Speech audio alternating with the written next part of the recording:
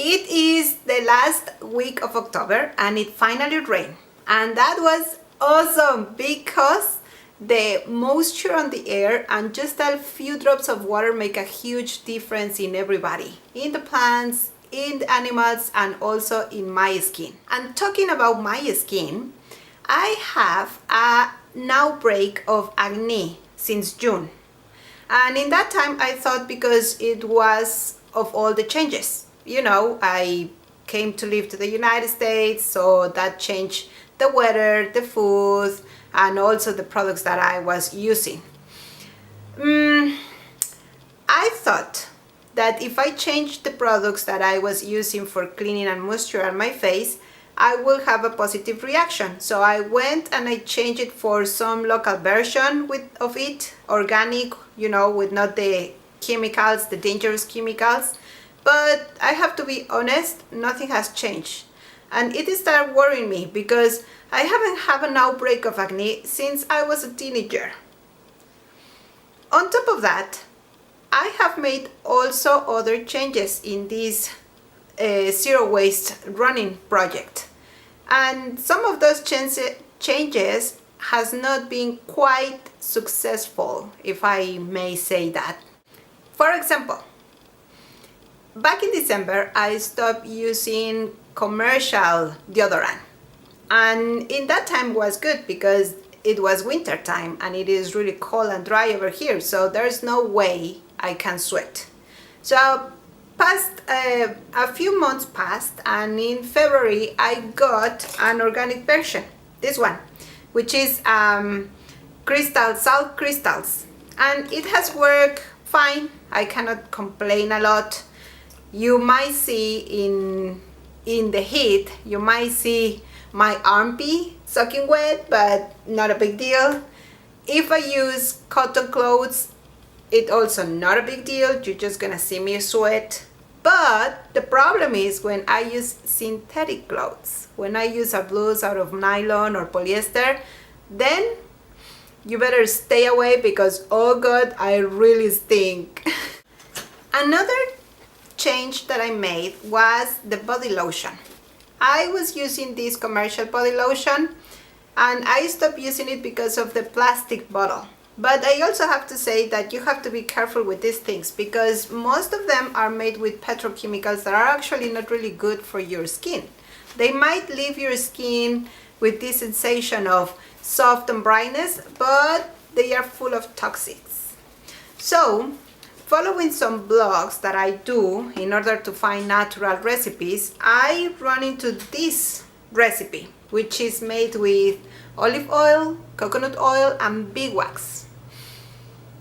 I have to say that at the beginning it was kind of a shock because it's really oily and it's really hard to absorb. So if I use a big amount of it, it will leave my skin very, very oily. But if I use a little amount, it's not enough. I still have dryness. And I don't know if it's because of the change of seasons, because we're going from the summer to the autumn, but I have noticed that my skin is really itchy some days. In the other hand, trying to reduce as much as I can the amount of plastic bottles of different products that I still consume, I was looking for a soap that it can work for everything. For laundry, for general cleaning, for dishes, for body wash, and also as shampoo. And I run into this Pure Castile soap brand. The reviews that I read says that it was really good. And it's good, but it's really expensive. Just a tiny bottle like this of 16 ounces is about $11. So I didn't use it for the laundry or the general cleaning. There's no way, it's not enough. But I use it for the dishes. And in the case of the dishes, I have to say that it doesn't make a lot of foam, but it leaves like a film of residue, like a greasy film of residue. So I don't really like it. I use it as a body wash. And as a body wash, it works. It doesn't make a lot of foam, once again, but it works. I use it as shampoo and then I will say Don't use it as a shampoo because it's a totally fail. It left my hair very stiff and full of static once it dries, even if I use a common conditioner. But the thing is that, and I researched it after, the thing is that a lot of plant-based soap has a different reaction with the type of water that I have at home. And this is the thing about water. I have noticed that when you go to one country to another, or even from a town to another, there's a different type of quality in the water. What I didn't know is that actually the composition of the water is different. In some places has a lot of minerals and in some other places it doesn't. If your water has a lot of minerals, it's called hard water. If you don't have a water with a lot of minerals, it's called soft water. And soft water works with a lot of plant-based soaps. That is what not happen with hard water, and that's my case.